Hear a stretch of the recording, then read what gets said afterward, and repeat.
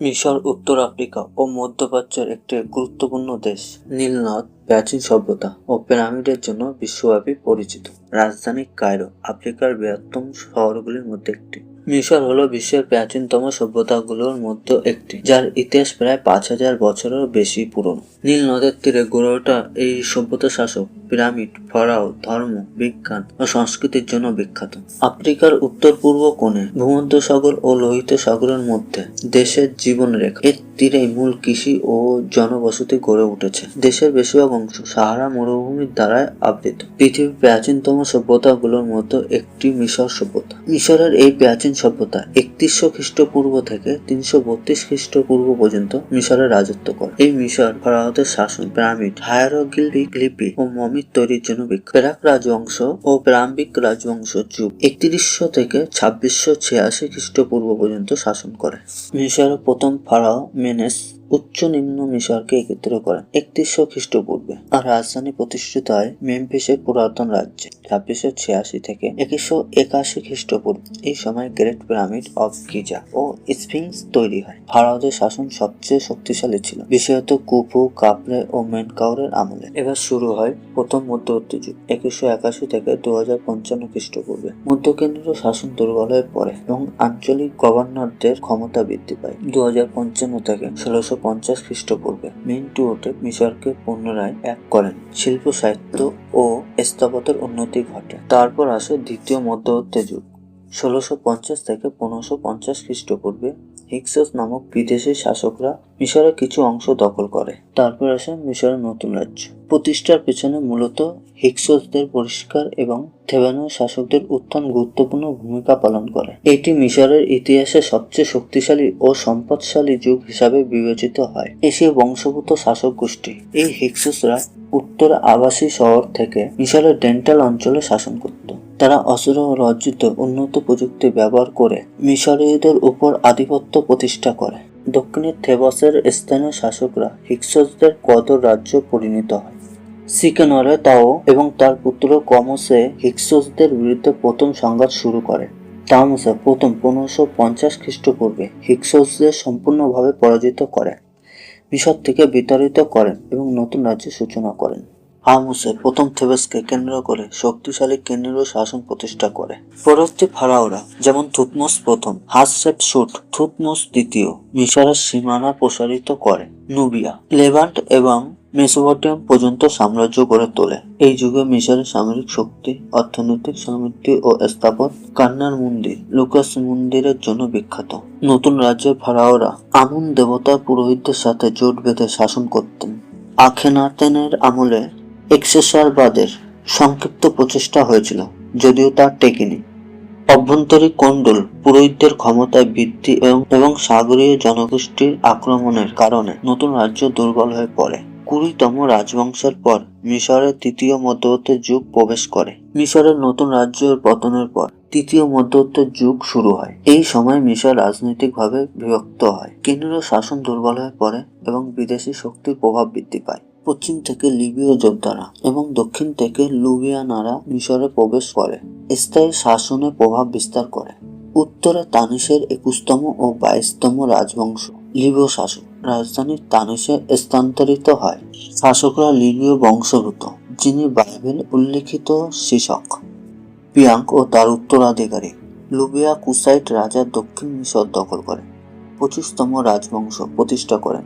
756 তাহারকা বিখ্যাত কুসাইট ফারাও, যিনি অ্যাসিরিয়ানদের বিরুদ্ধে লড়াই করেছিলেন। অ্যাসিরিয়ার রাজা এয়ারাদ্দান ও আশুরবানিপাল মিশর আক্রমণ করে মেমফিস ও থেবাস লুট করে 25তম রাজবংশ পতন ঘটিয়ে মিশরে অস্থায়ী কর্তৃত্ব প্রতিষ্ঠা করে। প্রশান্তিক অ্যাসিরিয়ানদের বিতাড়িত করে মিশরকে পুনর্কৃত করেন। এই সময়কে দেরি যুগ বলা হয়। মিশরের শেষ ফারাওদের শাসন টেলেমেক রাজবংশ, যেটা কিনা 332 থেকে 30 খ্রিস্টপূর্ব অব্দি চলে। টেলেমেক রাজবংশ ছিল প্রাচীন মিশরের শেষ স্বাধীন শাসক বংশ, যা ম্যাসিডোনিয়ান সম্রাট আলেকজান্ডার দ্য গ্রেটের মৃত্যুর পর প্রতিষ্ঠিত হয়।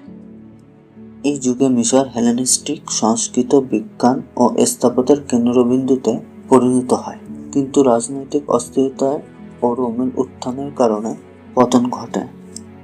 আলেকজান্ডারের মৃত্যুর পর তার সেনাপতি ট্যালেমি মিশর শাসন করেন। ক্লিওপেট্রা ছিলেন শেষ ট্যালেমিক শাসক, যিনি রোমান জেনারেল জুলিয়াস সিজার ও মার্ক অ্যান্টনির সঙ্গে জোট বেঁধেছিলেন। 30 খ্রিস্টপূর্বে রোমানরা মিশর দখল করে। 30 খ্রিস্টপূর্ব থেকে 641 খ্রিস্টাব্দ রোমান ও বাইজেন্টাইন শাসন চলে। মিশর রোমান সাম্রাজ্যে একটি গুরুত্বপূর্ণ প্রদেশ পরিণত হয়।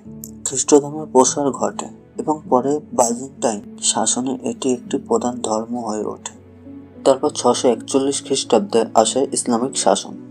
খলিফা উমর ইবন আল খাত্তাবের সময় মিশর ইসলামিক খিলাফতের অধীনে আসে। নতুন রাজধানী ফুস্তাত, বর্তমানে কায়রোর অংশ, প্রতিষ্ঠিত হয়।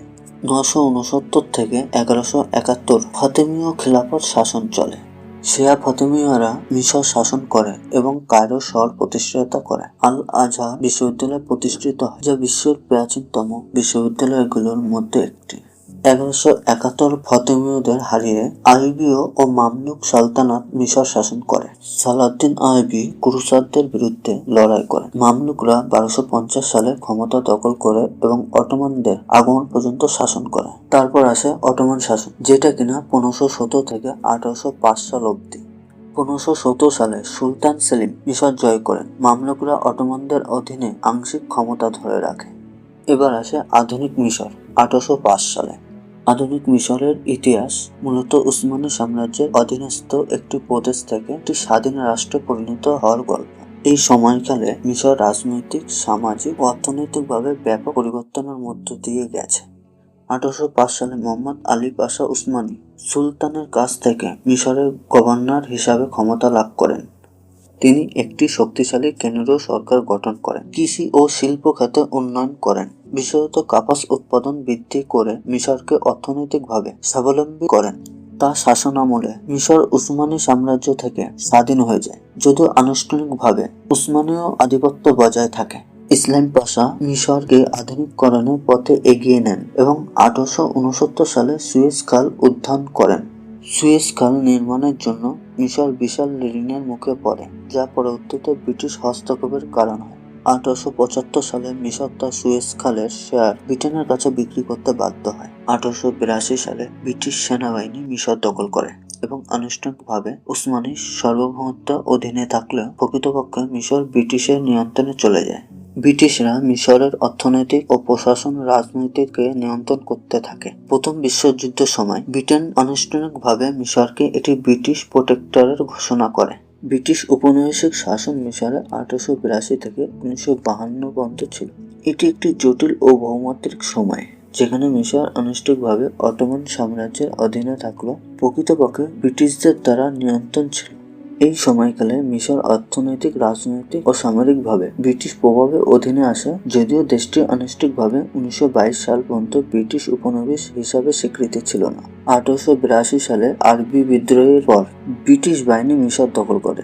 বিদ্রোহী নেতা আহমেদ উরাবি মিশরের সেনাবাহিনী জাতীয়বাদীদের নেতৃত্ব দিয়েছিলেন, কিন্তু ব্রিটিশরা তেল আল কাবিরের যুদ্ধে তাকে পরাজিত করে। ব্রিটিশরা মিশরের খেদিবকে ক্ষমতায় রাখলেও প্রকৃত শাসন শুরু করে ব্রিটিশ কনসাল জেনারেল। মিশরের অর্থনীতি ব্রিটিশ স্বার্থে কাজ করত, বিশেষত কটন রপ্তানি ও সুয়েজ খাল নিয়ন্ত্রণের মাধ্যমে। ব্রিটিশরা মিশরের ঋণ ব্যবস্থাপনা নিয়ন্ত্রণ করত, যা দৈবত্ব নিয়ন্ত্রণ নামে পরিচিত ছিল। প্রথম বিশ্বযুদ্ধের সময় 1914 সালে ব্রিটেন মিশরকে অটোমান সাম্রাজ্য থেকে সম্পূর্ণ বিচ্ছিন্ন করে। 1919 সালে মিশরের বিপ্লব শুরু হয়। শাহ জাগলুর নেতৃত্বে ওয়াফদ পার্টি স্বাধীনতা দাবি তোলে। 1922 সালে ব্রিটেন মিশরকে স্বাধীনতা দেয়। সুয়েজ খাল, বৈদেশিক নীতি, সংখ্যালঘু সুরক্ষা ও সুদান ব্রিটিশ নিয়ন্ত্রণ বজায় রাখে। সুলতান ফর মিশরের প্রথম রাজা, কিন্তু প্রকৃত ক্ষমতা ব্রিটিশদের হাতেই থাকে। 1936 সালে আংলো ইজিপশিয়ান চুক্তি স্বাক্ষরিত হয়, যাতে ব্রিটিশ সৈন্যরা মিশরে থাকার অনুমতি পায়। দ্বিতীয় বিশ্বযুদ্ধে মিশর ব্রিটিশ ঘাঁটি হিসেবে ব্যবহৃত হয়। 1948 সালে আরব ইসরায়েলের যুদ্ধে মিশরের পরাজয় রাজতন্ত্রের প্রতি জনরোষ বাড়ায়। ফ্রি অফিসার্স মুভমেন্টের নেতৃত্বে 23 জুলাই 1952 বিপ্লব সংঘটিত হয়। রাজা ফারুক ক্ষমতাচ্যুত হন এবং 1953 সালে মিশর পর্যন্ত ঘোষিত হয়। 1954 সালে ব্রিটিশরা চুক্তি অনুযায়ী মিশর ত্যাগ করে এবং 1956 সালে সুয়েজ খাল জাতীয়করণ করা হয়। 1882 থেকে 1952 সাল পর্যন্ত মিশরে ব্রিটিশ প্রভাব ছিল গভীর, যদিও দেশটি আনুষ্ঠানিকভাবে স্বাধীন ছিল। 1952 সালে বিপ্লবের মাধ্যমে মিশর সম্পূর্ণ স্বাধীনতা অর্জন করে এবং আধুনিক মিশরীয় রাষ্ট্রের পথ প্রস্থান হয়। যদি আমাদের ভিডিও ভালো লাগে সাবস্ক্রাইব করুন, এরকম ভিডিও আরো ভালোভাবে দেওয়ার চেষ্টা করব।